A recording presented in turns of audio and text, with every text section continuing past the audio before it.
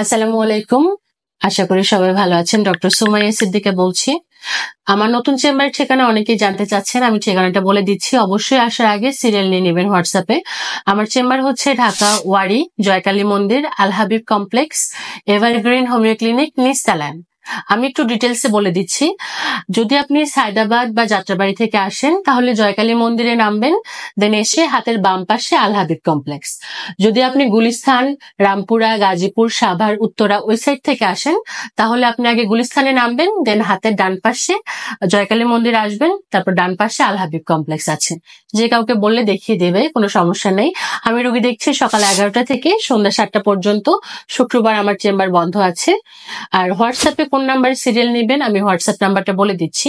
01300755436, 01844846625।